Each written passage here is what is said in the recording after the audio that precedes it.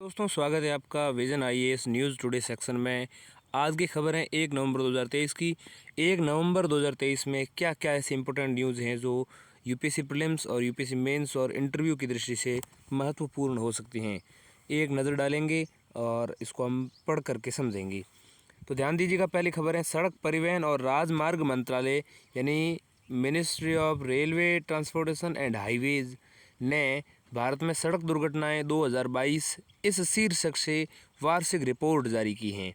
तो भारत में सड़क दुर्घटनाएं 2022 में इस टाइटल से जो रिपोर्ट जारी की है इस मंत्रालय ने, जिसको हम मोर्थ कह सकते हैं, ministry of railway transportation and highway. ये रिपोर्ट जो है एशिया प्रशांत सड़क दुर्घटना डेटा यानी कि Asia Pacific road accident data एपरेड जिसको हम कहते हैं, इस डेटा के माध्यम से इस डेटा के बेस प्रोजेक्ट सॉफ्टवेयर के तहत मानकीकृत प्रारूपों के अनुसार तैयार की गई हैं। यानी कि एशिया प्रशांत सड़क दुर्घटना डेटा जिसको एपरेड कहते हैं, इस डेटा के आधार पर तैयार की गई हैं। एपरेड जो है एशिया व प्रशांत के लिए संयुक्त राष्ट्र आर्थिक और सामाजिक आयोग जो है यूनेस्कैप जिसको हम कहते हैं तथा इसके सदस्य देशों के लिए एक टूल के रूप में कार्य करता है। एपरेड जो है, ठीक है, एशिया व प्रशांत के लिए संयुक्त राष्ट्र आर्थिक और सामाजिक आयोग, United Nations economic and social commission for Asia Pacific, तो यूनेस्कैप जिसको हम कहते हैं, इस टूल के जरिए सड़क दुर्घटना पर डेटाबेस तैयार करने और डेटाबेस तैयार और अपडेट किए जा सकते हैं एपरेड के आधार पर, ठीक है। साथ ही उनका रख रखाव एवं प्रबंधन भी किया जा सकता है एपरेड जो है ये डेटा के आधार पर। अब रिपोर्ट के मुख्य बिंदुओं पर नज़र डालें तो इस रिपोर्ट में क्या कहा गया है। 2022 में 4.6 लाख सड़क दुर्घटनाएं हुई, जिनमें से 1.68 लाख लोगों की मृत्यु हो गई है भारत में, ठीक है। 2022 में 4.6 लाख सड़क दुर्घटनाएं हुई। कितनी मान सकते हैं? 4,60,000। 4,60,000 सड़क दुर्घटनाओं में से 1 लाख और लगभग 70,000, 1,70,000 के आसपास, 1,68,000 है वैसे तो, 1,68,000 का मतलब 1,68,000 लोगों की मृत्यु हो गई है। 2021 की तुलना में ये जो है 9.4% ज़्यादा है, क्योंकि 2021 की तुलना में 2022 में सड़क दुर्घटनाओं से होने वाली मौतों की संख्या जो है वो ज़्यादा है। 9.4% की वृद्धि यहाँ पर दर्ज की गई है। दुनिया में सड़क दुर्घटनाओं से सर्वाधिक मौतें जो हैं भारत में ही होती हैं, इसके बाद चीन का स्थान है। 2022 में 18 से 45 आयु वर्ग के लोग जो हैं उसमें 66.5% लोग सड़क दुर्घटनाओं के शिकार हुए थे। 18 से 45 वर्ष की आयु में 66% लोग, 18 से 45 के दरमियान जो लोग थे उसमें से 66% लोग जो हैं सड़क दुर्घटनाओं के शिकार हुए हैं, ठीक है। शहरी क्षेत्रों की तुलना में ग्रामीण क्षेत्रों में सड़क दुर्घटनाओं की संख्या जो है अधिक दर्ज की गई हैं। शहर जो है वहाँ पर सड़क दुर्घटनाएँ कम हुई हैं, गाँवों में और ज़्यादा हुई हैं। सड़क दुर्घटनाओं के लिए कई कारण जिम्मेदार हैं। इनमें से कुछ मुख्य कारण निम्नलिखित हैं, जैसे लोगों द्वारा की जाने वाली गलतियां एक तो मुख्य कारण है। दूसरा, सड़क की स्थिति, ये भी एक कारण बनती हैं। और तीसरा, वाहन की स्थिति, सड़क की स्थिति और लोगों की स्थिति, ये तीनों जो है कारण बनते हैं। लोगों की स्थिति यानी लोगों द्वारा की जाने वाली गलतियाँ, यातायात नियमों का उल्लंघन, जैसे कार में सीट बेल्ट न लगाना, हेलमेट न पहनना, ये सब सड़क दुर्घटनाओं के कारण बनते हैं। दूसरा कारण है सड़क की स्थिति मतलब भौगोलिक अवस्थिति, डिज़ाइन, मौसम की स्थिति आदि चीज़ें भी सड़क दुर्घटनाओं में मुख्य कारण बनती हैं। वाहन की स्थिति यानी वाहन का पुराना होना, ठीक से कार्य न करना, ये भी सड़क दुर्घटनाओं में कारण बनती हैं। अब हम बात करते हैं आगे की, तो 72.3% सड़क दुर्घटनाएं अधिक तेज़ी से गति से वाहन चलाने यानी ओवर स्पीडिंग के कारण होते हैं। स्पीड जितनी चलानी चाहिए उससे ज़्यादा चलाने के कारण जो है सड़क दुर्घटनाएं होती हैं, और उनमें जो है 72.3% दुर्घटनाएं इसी वजह से होती हैं, ओवर स्पीडिंग के कारण। Ministry of railway transportation and highway ने मोर्थ ने सड़क दुर्घटनाओं को रोकने के लिए बहुआयामी सड़क सुरक्षा रणनीति यानी 4E तैयार की है। और 4E के अंतर्गत क्या क्या है? Education, engineering, enforcement and emergency care.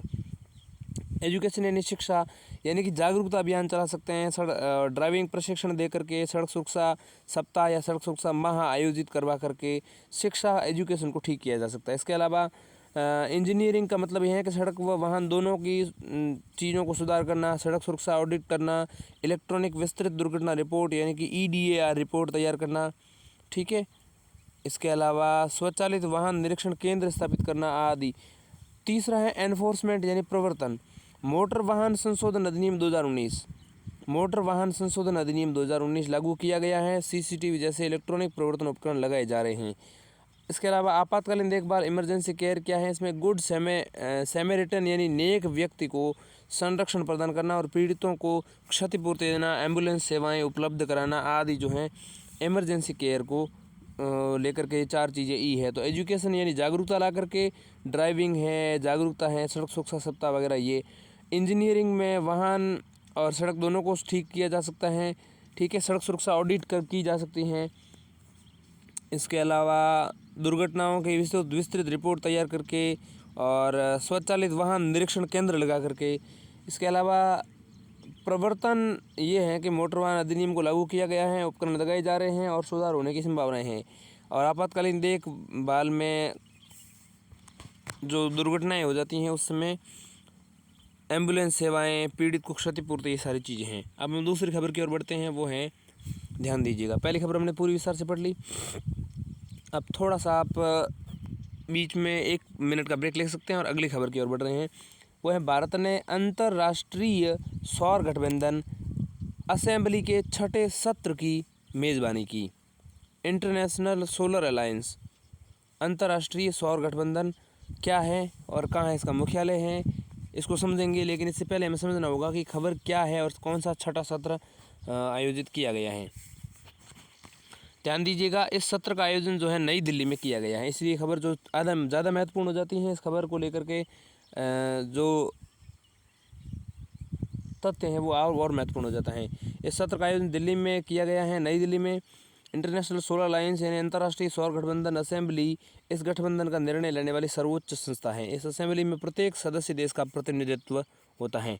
जो भी सदस्य देश होगा उसका प्रतिनिधित्व इस असेंबली में होगा। यह ISA इंटरनेशनल सोलर अलायंस के फ्रेमवर्क समझौते के कार्यान्वयन से संबंधित निर्णय लेती है। यानी फ्रेमवर्क जो है, फ्रेमवर्क से समझौते जो है उससे संबंधित निर्णय ISA का काम ये असेंबली लेती हैं। साथ ही असेंबली इस समझौते के उद्देश्यों को प्राप्त करने के लिए की जाने वाले समन्वित कार्रवाइयों के संबंध में भी निर्णय लेती हैं। तो समन्वित जो कार्रवाइयाँ हैं उनके संदर्भ में भी निर्णय लेती हैं। इसकी प्रति वर्ष मंत्री स्तर पर बैठक होती हैं। 6ठे सत्र में मुख्य परिणामों पर एक नज़र डालें तो सौर परियोजनाओं के व्यवहार्यता अंतराल वित्त पोषण यानी कि विएबिलिटी गैप फंडिंग की अधिकतम सीमा को परियोजना लागत के 10% से बढ़ा करके 35% कर दिया गया है। तो VGF जो है उसको 10% बढ़ा करके लागत को 10 VGF की अधिकतम सीमा जो है उसको परियोजना लागत के 10% से बढ़ा करके 35% कर दिया गया है। सौर परियोजनाओं के लिए व्यवहार्यता अंतराल वित्त पोषण की बात हो रही है, ठीक है, फंडिंग की बात हो रही है, 10% से 35% कर दिया गया है। अंतर्राष्ट्रीय सौर गठबंधन ने VGF यानी कि विएबिलिटी गैप फंडिंग व्यवहार्यता अंतराल वित्त पोषण के लिए कार्यक्रम निर्मित किया है। यह कार्यक्रम विकासशील देशों में सौर परियोजनाओं के लिए निधि उपलब्ध कराता है। निधि यानी फंड, पैसे, वही। ISA यानी इंटरनेशनल सोलर अलायंस यानी कि अंतर्राष्ट्रीय सौर गठबंधन ने घोषणा की है कि ग्लोबल सोलर फैसिलिटी यानी GSF को $35 मिलियन का पूंजीगत योगदान प्राप्त हो सकता है। 2022 में ISA यानी इंटरनेशनल सोलर अलायंस असेंबली ने GSF यानी कि ग्लोबल सोलर फैसिलिटी को मंजूरी प्रदान की थी 2022 में ही। और GSF ऑफ ग्रिड सौर परियोजनाओं, रूफ टॉप सौर परियोजनाओं और उत्पादक उपयोग में आने वाली सौर परियोजनाओं में पूंजी प्रवाह के लिए निजी पूंजी को आकर्षित करेगी। GSF यानी कि ग्लोबल सोलर फैसिलिटी निम्नलिखित उपलब्ध कराई जाएगी, जैसे भुगतान गारंटी निधि, एक तो ठीक भुगतान की गारंटी की निधि इसमें तो एक, दूसरा इसमें परियोजनाओं से संबंधित जोखिमों को कम करने के लिए बीमा निधि और तकनीकी सहायता के लिए निवेश निधि भी। तो गारंटी निधि, बीमा निधि, निवेश निधि, ये सब अलग अलग निधियां जो हैं इस ग्लोबल सोलर फैसिलिटी के अंतर्गत यहाँ पर उपलब्ध कराई जाएगी। GSF यानी कि ग्लोबल सोलर फैसिलिटी पूरे अफ्रीका महाद्वीप के वंचित और सुदूर भौगोलिक क्षेत्रों में और परियोजनाओं में निवेश को बढ़ावा देगी। अफ्रीका के बाद GSF यानी कि ग्लोबल सोलर फैसिलिटी का लक्ष्य जो है एशिया, लैटिन अमेरिका, मध्य पूर्व जैसे क्षेत्रों में निवेश कर विस्तार करना है। अब हम समझते हैं अंतर्राष्ट्रीय सौर गठबंधन यानी इंटरनेशनल सोलर अलायंस के बारे में। इसका हेडक्वार्टर गुरुग्राम भारत में है। गुरुग्राम जो है वो शायद हरियाणा में पड़ता होगा मेरे हिसाब से। इंटरनेशनल सोलर अलायंस, इसके बारे में जाने तो ये एक संधि पर आधारित अंतर्राष्ट्रीय अंतर सरकारी संगठन है। ये एक अंतर्राष्ट्रीय संगठन है, अंतर सरकारी संगठन है। उत्पत्ति इसकी जो है फ्रांस और भारत ने 2015 में पेरिस में आयोजित UNFCCC की पक्षकारों के सम्मेलन में लॉन्च किया था। सदस्यता की बात करें तो भारत सहित 94 देशों ने इस पर हस्ताक्षर किए हुए हैं और अभी इसकी पुष्टि की है। कार्य की बात करें तो ये सौर ऊर्जा से संचालित लागत प्रभावी और परिवर्तनकारी ऊर्जा समाधानों को विकसित करने एवं उपयोग में लाने के लिए प्रयास करता है। ISA इंटरनेशनल सोलर अलायंस यानी अंतर्राष्ट्रीय सौर गठबंधन द्वारा आरंभ की गई मुख्य पहलें देखें तो जैसे सौर प्रौद्योगिकी अनुप्रयोग संसाधन केंद्र यानी STAR-C पहल, स्टार यानी solar technology application resources centre. तो solar technological application resources centre STAR-C पहल जो है ये ISA के द्वारा शुरू की गई है। इसके अलावा ISA ने one sun one world one grid पहल भी शुरू की हैं। अब हम बात करते हैं तीसरी खबर की, वो है रसायन और उर्वरक मंत्रालय ने राष्ट्रीय फार्मास्यूटिकल नीति 2023 के ड्राफ्ट पर एक अप्रोच पेपर जारी किया है। ध्यान दीजिएगा, राष्ट्रीय फार्मास्यूटिकल नीति 2023 जो है निम्नलिखित उद्देश्यों के लिए एक व्यापक फ्रेमवर्क प्रदान करती हैं। 2023 की ये नीति है राष्ट्रीय फार्मास्यूटिकल नीति, इसको कहते हैं नेशनल फार्मास्यूटिकल पॉलिसी यानी कि NFP। तो NFP जो 2023 की ये नीति है, ये रसायन और उर्वरक मंत्रालय ने जो है राष्ट्रीय फार्मास्यूटिकल नीति के ड्राफ्ट पर एक अप्रोच पेपर जारी किया है। तो रसायन और उर्वरक मंत्रालय ने एक ड्राफ्ट पेपर जारी किया है और इसी NFP 2023 के ड्राफ्ट पेपर पर ही, इसी अप्रोच पर ही उन्होंने ये जारी किया है। भारतीय फार्मास्यूटिकल उद्योग के समक्ष आने वाली चुनौतियों का समाधान करना है इसका उद्देश्य, ठीक है। और संपूर्ण इकोसिस्टम को बेहतर बनाने के लिए नीतिगत स्तर पर निर्णायक हस्तक्षेप करना, ये भी इसका उद्देश्य है। इसके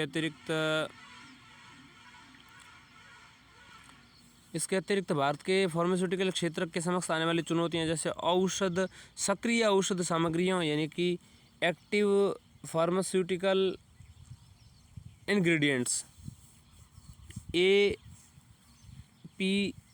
जो है, और मुख्य आरंभिक सामग्रियां यानी औषध मध्यवर्ती की आपूर्ति के लिए आयात पर अत्यधिक निर्भरता बनी हुई हैं।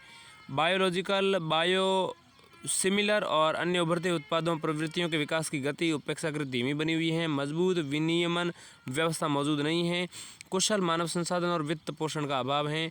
राष्ट्रीय फार्मास्यूटिकल नीति के उद्देश्य देखें तो वैश्विक फार्मास्यूटिकल क्षेत्र में भारत को अग्रणी बनाना, आत्मनिर्भरता को बढ़ावा देना, स्वास्थ्य देखभाल क्षेत्र में सभी की समानता सुनिश्चित करना, स्वास्थ्य देखभाल सेवाओं तक सभी की पहुंच सुनिश्चित करना, भारतीय फार्मास्यूटिकल क्षेत्र में विनियामकीय दक्षता को बढ़ाना, फार्मास्यूटिकल क्षेत्र में निवेश आकर्षित करना आदि, ये सब इसके उद्देश्य हैं। अब बात करते हैं नीति के अंतर्गत ध्यान देने वाले मुख्य क्षेत्र कौन से हैं। तो अनुसंधान, विकास एवं नवाचार को पोषित और प्रोत्साहित करना, ये इसका पहला क्षेत्र है। दूसरा, स्वास्थ्य सेवाओं तथा किफ़ायती, सुलभ और समतापूर्ण पहुंच सुनिश्चित करना, दूसरा जो है स्वास्थ्य से जुड़ा हुआ है। पहला अनुसंधान, विकास और नवाचार से। तीसरा, वित्त पोषण तक पहुँच को बढ़ाना। तो पहला अनुसंधान, विकास और नवाचार से, दूसरा स्वास्थ्य से और तीसरा वित्त पोषण से। चौथा, विनियामकीय सामंजस्य स्थापित करना, मूल्य विनियमन, पारदर्शिता सहित अनुकूल विनियम तैयार करना। क्षमता निर्माण और कुशल कार्यबल के विकास को प्रोत्साहित करना, नीतियों और कार्यक्रमों के मध्य परस्पर जुड़ाव को बढ़ाना, अंतर्राष्ट्रीय सहयोग को बढ़ावा देना, अवसंरचना के विकास को प्रोत्साहित करना, डिजिटल रूपांतरण का लाभ उठाना, संधारणीयता को बढ़ावा देना, कार्बन फुटप्रिंट को कम करना, बौद्धिक संपदा अधिकारों को यानी कि इंटेलेक्चुअल प्रॉपर्टी राइट्स को जो हैं IPR जो है उसको मजबूत करना। अब हम बात करते हैं भारत का फार्मास्यूटिकल उद्योग। भारत के फार्मास्यूटिकल उद्योग की बात करें तो मात्रा के हिसाब से भारत दुनिया का तीसरा सबसे बड़ा फार्मास्यूटिकल उद्योग है, ठीक है। मात्रा के हिसाब से देखें तो भारत को विश्व की फार्मेसी भी कहा जाता है, विश्व की फार्मेसी। भारत लगभग 200 देशों और क्षेत्रों को फार्मास्यूटिकल उत्पादों का निर्यात करता है, एक्सपोर्ट करता है। भारत का वैक्सीन उद्योग वैक्सीन मांग के 60% से अधिक की पूर्ति करता है। तो भारत का वैक्सीन उद्योग जो है 60% की जो मांग है उससे अधिक की पूर्ति करता है, 60% से अधिक की पूर्ति करता है, बाहर के देशों में निर्यात करता है। अगली खबर की ओर बढ़ जाते हैं, वो है हमारा संगठित अपराध के अन्य रूपों के साथ वन्यजीव अपराध का अभिसरण शीर्षक रिपोर्ट जारी की गई है। संगठित अपराध और असंगठित अपराध जो है इनको समझना आपको बेहद अब ज़रूरी है। ये क्या है इनको समझना चाहिए।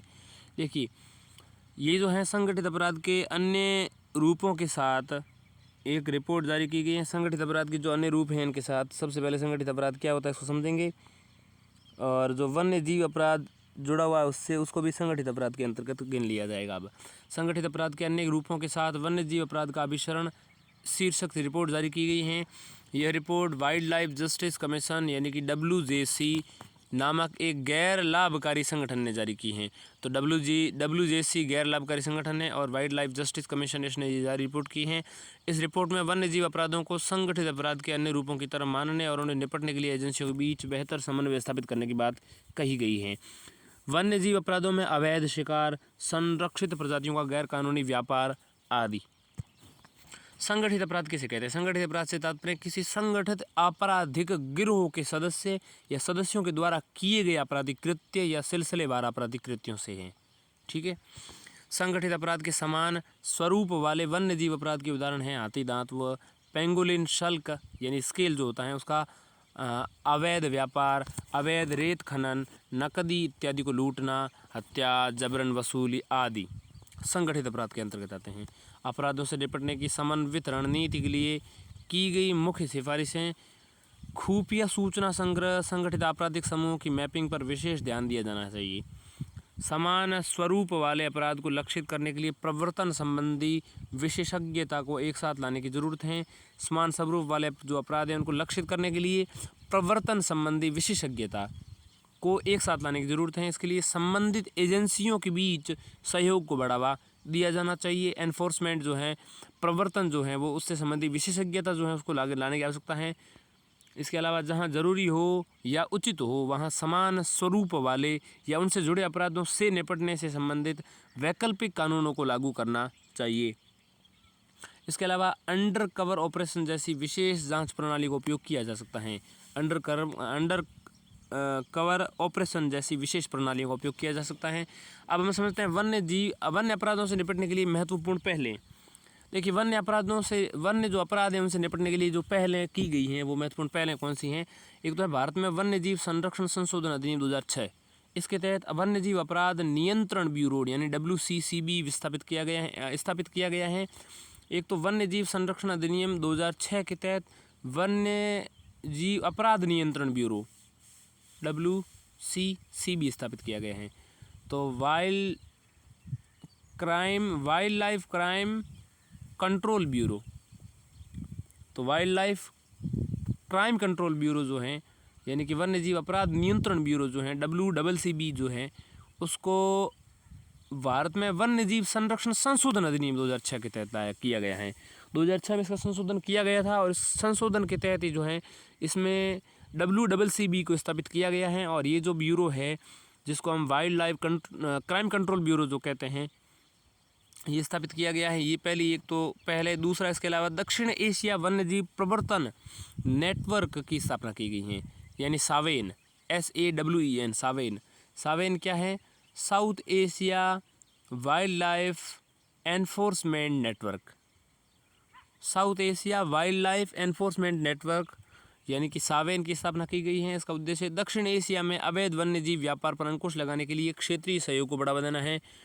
इसके अलावा देखें तो वन्य जीवों और वनस्पतियों की संकटग्रस्त प्रजातियों के अंतर्राष्ट्रीय व्यापार पर अभी समय यानी सिटीज़ क्या है? CITES सिटीज़ कह सकते हैं इसको हम एक तरीके से। तो वन्य जीवों और वनस्पतियों की संकटग्रस्त प्रजातियों के अंतर्राष्ट्रीय व्यापार पर अभी समय यानी कन्वेंशन है। ये सिटीज़ जो है कन्वेंशन वन्य जीवों की संकटग्रस्त प्रजातियों अंतर्राष्ट्रीय व्यापार पर जो है, ठीक है। तो ये जो अभी समय है convention on international trade off endangered species, तो अंतर्राष्ट्रीय व्यापार जो हैं उन पर रोक लगाने के लिए स्पीसीज़ ऑफ वाइल्ड लाइफ कह सकते हैं, और जो भी वनस्पति हैं उन सब की। तो ये स्पीसीज कन्वेंशन हुआ था, कन्वेंशन CIT या CITES कहते हैं इसको, convention on international trade off endangered species पर ये लागू किया गया था 1975 में। ठीक है, CITES को क्या है, convention on international trade off endangered species. ठीक है, ये 1975 में लागू किया गया, सावेन भी और CITES भी। इसके अलावा विश्व वन्य जीव कोष यानी कि वर्ल्ड वाइल्ड लाइफ फंड जो हैं, और अंतर्राष्ट्रीय प्रकृति संरक्षण संघ जो हैं IUCN, international union for conservation of nature जो है, उसने ट्रैफिक TRAFFIC ट्रैफिक नामक वन्य जीव व्यापार निगरानी नेटवर्क जो हैं, ठीक है, वन्य जीव व्यापार निगरानी नेटवर्क ट्रैफिक नामक जो हैं ये निगरानी नेटवर्क भी स्थापना इसकी की है। ये सारी चीज़ें हैं। तो एक बार फिर से बता दें, तो वन्य जीव संशोधन के लिए एक तो भारत में वन्य जीव संरक्षण संशोधन अधिनियम 2006 के तहत क्षमा कीजिएगा, WCCB यानी कि wild life crime control bureau जो हैं वो, और इसके अलावा सावेन यानी कि south Asia wild life enforcement network, इसके अलावा convention on international trade off endangered species 1975 में स्थापित किया गया, और इसके अलावा WWF यानी कि वर्ल्ड वाइल्ड लाइफ फंड, और इसके अलावा IUCN international union for conservation of nature, इसने ट्रैफिक जो है TRAFFIC नामक वन्य जीव व्यापार निगरानी नेटवर्क जो है इसकी स्थापना की है। अगली खबर की बात करें तो प्रधानमंत्री ने राष्ट्रीय एकता दिवस जो है उस पर मेरा युवा भारत माई भारत निकाय की स्थापना की शुरुआत की है। क्या है इसको समझते हैं। भारत सरकार द्वारा माई भारत नामक एक स्वायत्त निकाय की स्थापना की गई है। ये युवाओं के विकास और युवाओं के नेतृत्व वाले विकास के लिए प्रौद्योगिकी संचालित एक व्यापक संस्थागत तंत्र उपलब्ध कराएगा। युवा मामले और खेल मंत्रालय की एक पहल है ये, ठीक है। युवा मामले और खेल मंत्रालय जो है उन्होंने युवा मामले और खेल मंत्रालय की एक पहल के तहत जो है माई भारत जो है मेरा युवा भारत यानी माई भारत जो है निकाय की स्थापना की गई है। इसका उद्देश्य क्या है, सामाजिक गतिशीलता, शैक्षिक समानता, व्यावहारिक कौशल के माध्यम से भारतीय युवाओं को सशक्त बनाना है। यह निकाय युवाओं को व्यवसायों, सरकारी विभागों और गैर लाभकारी संगठनों के कार्यक्रमों एवं सीखने का अवसर को जोड़ेगा। माई भारत की स्थापना से निम्नलिखित लाभ प्राप्त होंगे, जैसे युवाओं में नेतृत्व का विकास होगा। दूसरा, युवाओं की आकांक्षाओं और समुदाय की आवश्यकताओं के बीच बेहतर तालमेल सुनिश्चित होगा। समुदाय की आवश्यकता और युवाओं की आकांक्षाओं के बीच में तालमेल होगा। इसके अलावा मौजूदा कार्यक्रम को सम्मिलित किया जाएगा, जैसे मौजूदा कार्यक्रम जो भी सम्मिलित करेंगे, जैसे युवाओं की दक्षता में वृद्धि होगी। ये निकाय जो है जिसको हम माई भारत कह रहे हैं, प्रधानमंत्री ने राष्ट्रीय एकता दिवस पर जो है इसकी स्थापना की है। और ये जैसे कि बताया गया, युवा मामले और खेल मंत्रालय की एक पहल है। माई भारत नाम से एक स्वायत्त निकाय की स्थापना भारत सरकार कर रही है, और युवाओं के विकास और युवाओं के नेतृत्व वाले विकास के लिए प्रौद्योगिकी संचालित जो है टेक्नोलॉजी से चलने वाला एक व्यापक संस्थागत तंत्र उपलब्ध कराएगा ये, ठीक है। और इससे निम्नलिखित लाभ होने की संभावनाएं हैं, जैसे नेतृत्व का विकास होगा, युवाओं की आकांक्षाओं, समुदाय की आवश्यकताओं के बीच तालमेल बैठेगा, मौजूदा कार्यक्रमों को सम्मिलित करेंगे और दक्षता बढ़ेगी, और युवाओं और मंत्रालयों के लिए वन स्टॉप शॉप के कार्य के रूप में करेगा, ठीक है। इसके अलावा युवाओं से संबंधित एक केंद्रीकृत डेटाबेस का निर्माण किया जाएगा। यह एक फिजिकल इकोसिस्टम यानी कि फिजिकल इकोसिस्टम बनाकर पहुंच सुनिश्चित की जाएगी। फिजिकल और डिजिटल दोनों अनुभव में मिश्रण को फिजिकल और डिजिटल जो है उसको फिजिटल इकोसिस्टम कहा जा रहा है। मेरा युवा भारत से 15 से 29 वर्ष आयु वर्ग के युवा लाभान्वित होंगे। राष्ट्रीय युवा नीति 2021 में 15 से 29 आयु वर्ग के लोगों को युवा रूप से परिभाषित किया गया है। विशेष रूप से किशोरों के लिए बनाए गए कार्यक्रम संबंधी घटकों के मामले में लाभार्थी 10 से 19 वर्ष की आयु के होंगे, ठीक है। यहाँ पर ध्यान देने की आवश्यकता है कि यहाँ पर एक नई टर्म सामने आ रही है, वह फिजिकल और डिजिटल जो है फिजिटल सामने आ रही हैं। इसके अलावा मेरा मेरा युवा भारत से 15 से 29 आयु वर्ग के युवा लाभान्वित होंगे, 15 से लेकर के 29 वर्ष में युवा। और राष्ट्रीय युवा नीति जो है 2021, उसके तहत 15 से 29 आयु वर्ग के लोगों को युवा के रूप में परिभाषित किया गया है। और किसके रूप में? राष्ट्रीय युवा नीति 2021 में जो है 15 से 29 वर्ष के लोगों को युवा के रूप में कहा जा रहा है। विशेष रूप से किशोरों के लिए बनाए गए कार्यक्रम संबंधी घटकों के मामले में लाभार्थी जो हैं 10 से 19 वर्ष के आयु के होंगे, बच्चों के लिए में। ठीक है, अगली खबर की ओर बढ़ते हैं। वो है रिपोर्ट्स के अनुसार भारतीय वायुसेना ने चीन और पाकिस्तान से लगी सीमाओं पर S-400 मिसाइल यूनिट्स की तैनाती की है। भारत ने 2018-19 में रूस से S-400 मिसाइलें खरीदने के लिए समझौता किया था। भारत ने 2018-19 में रूस से S-400 मिसाइलें खरीदने को समझौता किया था। S-400 दुनिया की सबसे अत्याधुनिक वायु रक्षा प्रणालियों में से एक हैं। यह लंबी दूरी की सतह से हवा में मार करने वाली मिसाइल LRSAM प्रणाली हैं। ठीक है, सतह से हवा में मार करने वाली यानी कि लैंड टू मिसाइल जो हैं, मार करने वाली मिसाइल हैं, LRSAM प्रणाली हैं। इसे एक जगह से दूसरी जगह मोबाइल किया जा सकता है, लेके ले जाया जा सकता है। इसे रूसी सरकार के स्वामित्व वाले उपक्रमों ने विकसित किया है। इसमें ड्रोन, मिसाइल, रॉकेट और यहाँ तक कि लड़ाकू जेट सहित लगभग सभी प्रकार के हवाई हमलों के खिलाफ सुरक्षा कवच प्रदान करने की क्षमता है। S-400 मिसाइल की मुख्य विशेषताएं हैं, रक्षा प्रणाली में शामिल हैं कमांड और कंट्रोल सेंटर, स्वचालित ट्रैकिंग और टारगेटिंग सिस्टम, लॉन्चर और सहायक वाहन भी। इसकी अपनी रडार प्रणालियां हैं। ये प्रणालियाँ 400 किलोमीटर की दूरी के हवाई लक्ष्यों का पता लगा सकती हैं। उल्लेखनीय रूप से इसकी सर्विलांस क्षमता 600 किलोमीटर तक है। यह एक साथ 80 हवाई हमलों पर निशाना साध सकती हैं, 30 किलोमीटर की ऊंचाई तक वार कर सकती हैं। इस मिसाइल की कार्यप्रणाली यह वायु रक्षा बबल यानी कि इसकी रेंज में आने पर हवाई खतरे का पता लगाती है। उसके बाद खतरे के प्रक्षेप पथ मार्ग की गणना करती है और उसे निशाना बनाने के लिए मिसाइलें दागती हैं। इसमें लंबी दूरी के सर्विलांस रडार जो कमांड वाहन को सूचना देते हैं और लक्ष्य की पहचान हो जाने पर कमांड वाहन मिसाइल लक्ष्य का आदेश देती हैं। अब हम बात करते हैं सामरिक महत्व इसका। तो यह प्रणाली भारत के राष्ट्रीय वायु रक्षा नेटवर्क में मौजूद कमियों को दूर करने में मदद करेगी और ये भारत की स्वदेशी बैलिस्टिक मिसाइल रक्षा प्रणाली को मजबूत करेगी। ठीक है, इसके अलावा S-400 बनाम और अन्य प्रणालियाँ देखें तो संयुक्त राज्य अमेरिका की थर्ड THAAD थर्ड एकल आयामी मिसाइल प्रणाली ऐसा इसलिए क्योंकि एक जो है 150 से 200 किलोमीटर की दूरी तक एक ही प्रकार की मिसाइल दाग सकती हैं। इसके अलावा लड़ाकू जेट को भी इंटरसेप्ट नहीं कर सकती।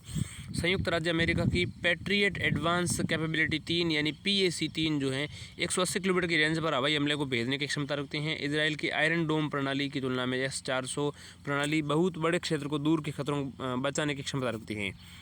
तो आयरन डोम है उससे भी मजबूत है S-400 जो है ये तैनाती की है भारत ने। अन्य सुर्खियों की बात करें 1 नवंबर 2023 के लिए तो एक है डायरेक्ट लिस्टिंग।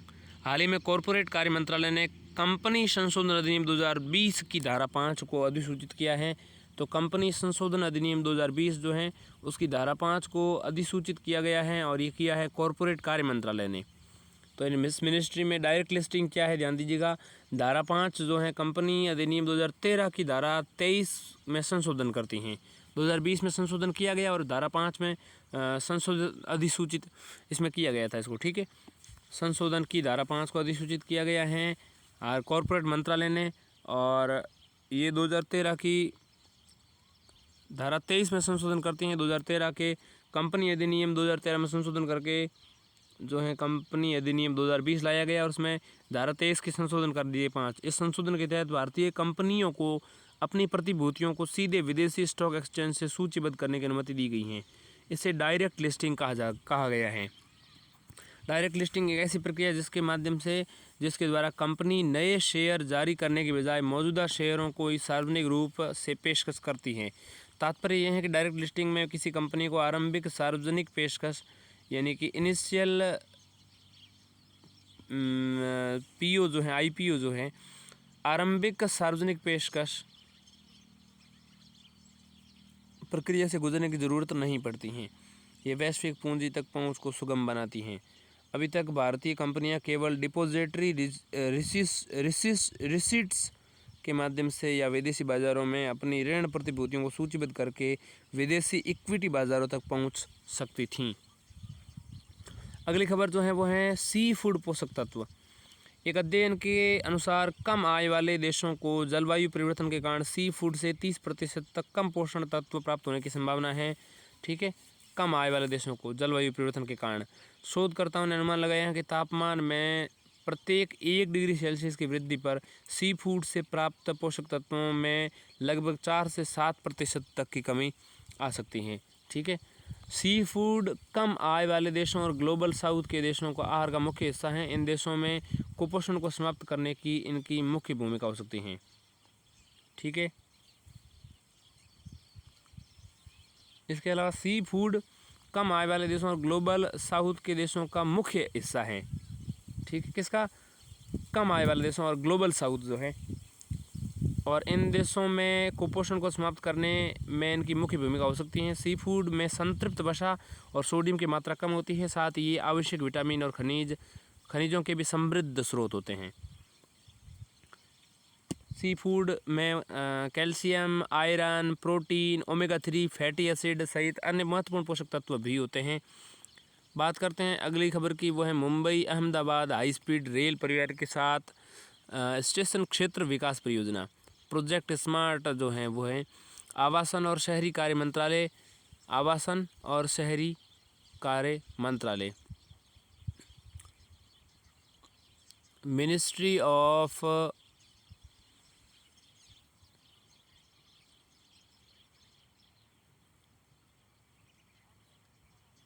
इसको हम क्या कहें, महुआ कह दें, महुआ। आवासन और शहरी कार्य मंत्रालय जो है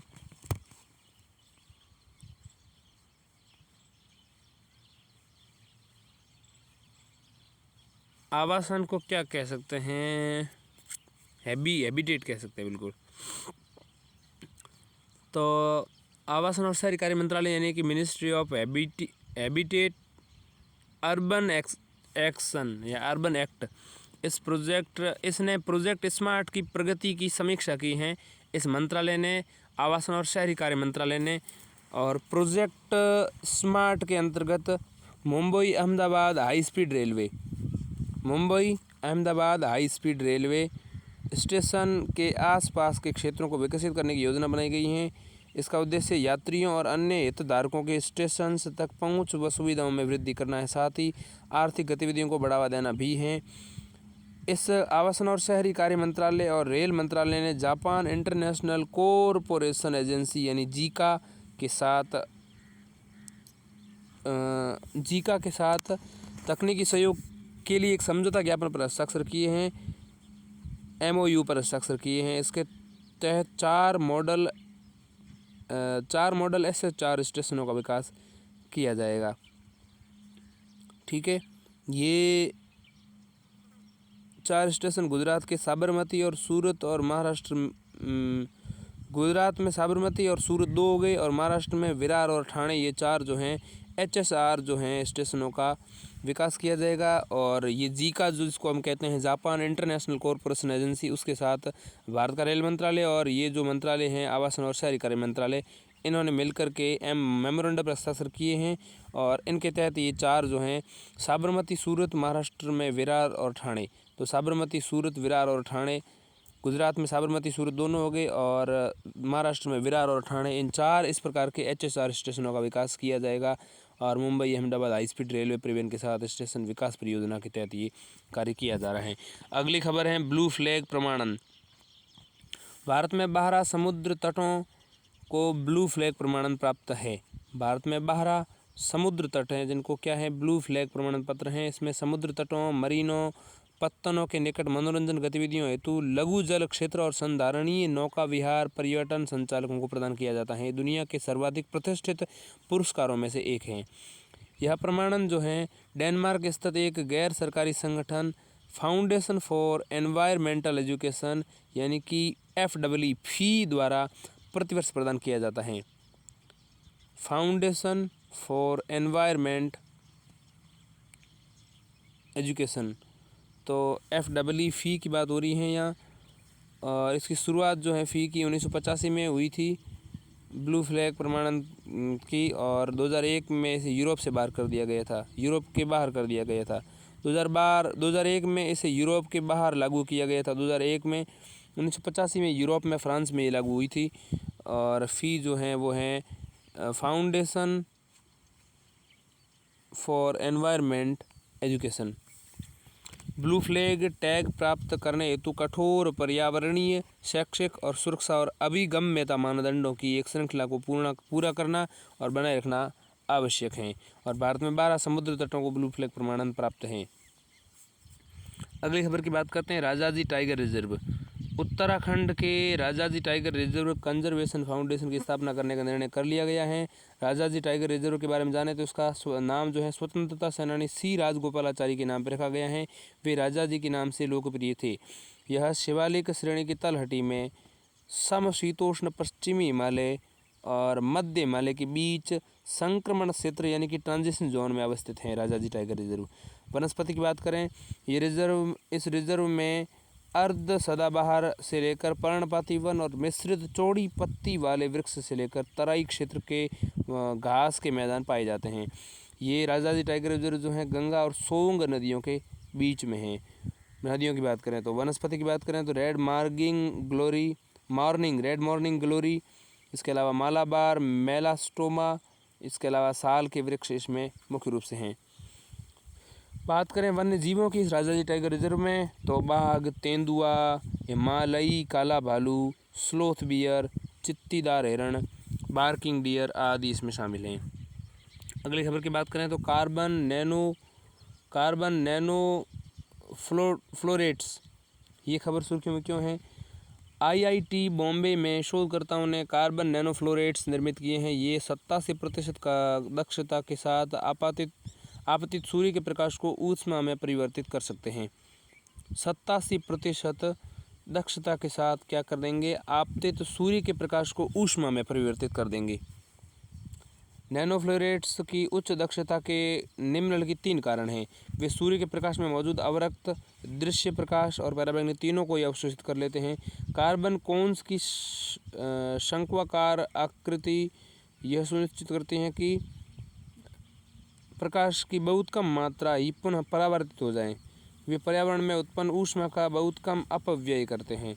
इन विशेषताओं के कारण नैनो फ्लोरेट्स सौर ऊर्जा उपयोग करके जल और अन्य सामग्रियों को गर्म करने के लिए एक अच्छा उत्पाद हो सकता है।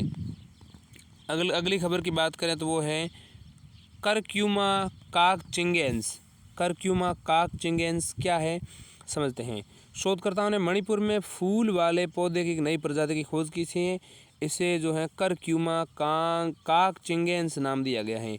ये जो है एंजियोस्पर्म है, एंजियोस्पर्मिक आवृतबीजी पादप कुल के जिंजीबेरेसी से संबंधित हैं। और मणिपुर में शोधकर्ताओं ने फूल वाले पौधे की प्रजाति की खोज की है। इसका नाम जो है करक्यूमा काकचिंगेंस रखा गया है। करक्यूमा यानी हल्दी, अदरक और इलायची की कुल भी हैं। इसी करक्यूमा या क्यूरकमा जो है इससे नाम से संबंधित हैं। करक्यूमा काकचिंगेंस भी, इसमें हल्दी, अदरक, इलायची भी इसी कुल से संबंधित हैं। यह एक मजबूत पौधा है जो 8 फीट तक लंबा होता है। इसमें बड़े शीर्षस्थ यानी कि ऊपर की तरफ पुष्पक्रम यानी कि टर्मिनल इनफ्लोरेसेंस होते हैं। यह प्रजाति थाईलैंड में पाई जाने वाली करक्यूमा फ्राइवान प्रजाति से काफ़ी मिलती जुलती हैं।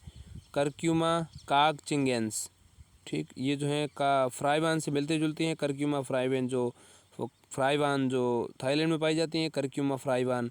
हालांकि नींबू जैसे पीले प्रकंद होने तथा बड़े कड़वे स्वाद होने की वजह से ये पौधा उनसे अलग हैं। संरक्षण की स्थिति की बात करें तो international union for conservation of nature की रेड लिस्ट में अपर्याप्त डेटा यानी कि डेटा डेफिशिएंट इसमें डेटा के रूप में है नहीं। इस प्रजाति की खोज से पहले दुनिया भर में करक्यूमा नाम की 93 मान्य प्रजातियाँ दर्ज की गई थी, 93, ये इसकी अभी खोज हुई हैं। अब बात करते हैं अगली खबर की, वो है integral field ultraviolet spectroscope experiment mission.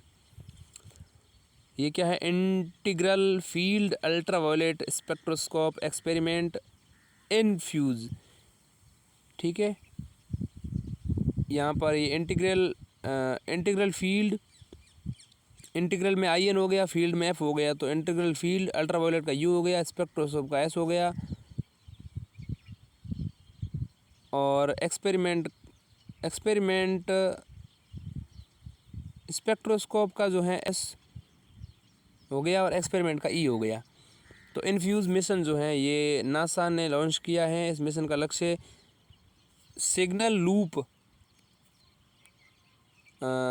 Cygnus loop जो है इसके एक हिस्से की स्पेक्ट्रोस्कोपिक यानी वर्णक्रम दर्शी तस्वीरें लेना है। ये सुपरनोवा विस्फोट के कारण उत्पन्न सामग्री का इंटरस्टेलर मीडियम के माध्यम के साथ अंतरक्रिया करके अध्ययन करेगा।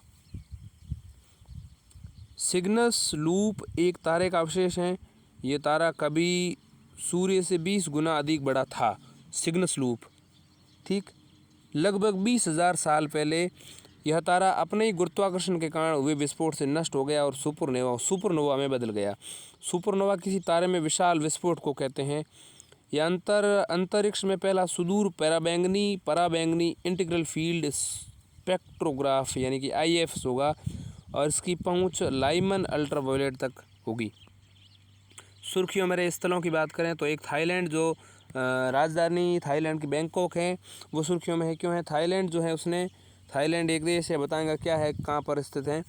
थाईलैंड जो है 10 नवंबर 2023 से 10 मई 2024 भारतीयों के लिए वीज़ा मुक्त यात्रा की अनुमति दी है थाईलैंड ने। थाईलैंड 10 नवंबर 2023 से लेकर के 10 मई 2024 तक भारतीयों के लिए वीज़ा मुक्त यात्रा की अनुमति दे रहा है। फिलहाल राजनीतिक सीमाओं की बात करें तो ये दक्षिण पूर्व एशिया का एक देश है। दक्षिण और नीचे की तरफ पूर्व यानी ईस्ट की तरफ, इनके बीच में जाते हैं तो ये देश हैं दक्षिण पूर्व की ओर।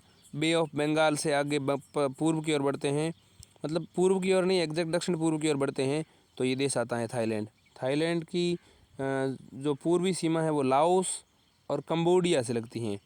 लाओस और कंबोडिया जो है इसके पूर्व में यानी कि एग्जैक्ट ईस्ट में विद्यमान है, और डाउन में दक्षिण की तरफ थाईलैंड के दक्षिणी सीमा पर थाईलैंड की खाड़ी है।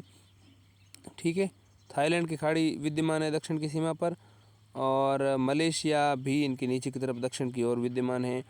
पश्चिमी सीमा यानी वेस्ट की तरफ जो हैं अंडमान व म्यांमार अवस्थित हैं। थाईलैंड के वेस्ट में कौन है? अंडमान और म्यांमार, इनके साथ इनकी सीमाएं लगती हैं। म्यांमार के बाद सीमाएं जो है नीचे लग जाती हैं। भौगोलिक विशेषताएं बात करें थाईलैंड की तो जलीय प्रणाली इसमें चाओ फ्राया और मेकांग, यहाँ 2 नदी प्रणालियाँ हैं। जलीय प्रणाली नदियाँ कौन सी? एक तो चाओ फ्राया और मेकांग। चाओ फ्राया और मेकांग ये जो हैं इनकी नदियाँ हैं थाईलैंड की। इसके अलावा क्रा स्थल मंडल थाईलैंड की खाड़ी और अंडमान के बीच में अवस्थित हैं। क्रा स्थल मंडल, स्थल डमरू मध्य, तो क्रा जो है स्थल डमरू मध्य है ये, और थाईलैंड की खाड़ी और अंडमान सागर के बीच में अवस्थित हैं। ये दक्षिणी म्यांमार और थाईलैंड की उत्तरी संकीर्ण सीमा के शीर्ष पर स्थित हैं। ठीक है, उच्चतम बिंदु जो है थाईलैंड का वो है माउंट इंथानन। इस प्रकार हमारी आज की 1 नवंबर की खबरें समाप्त हो जाती हैं। धन्यवाद।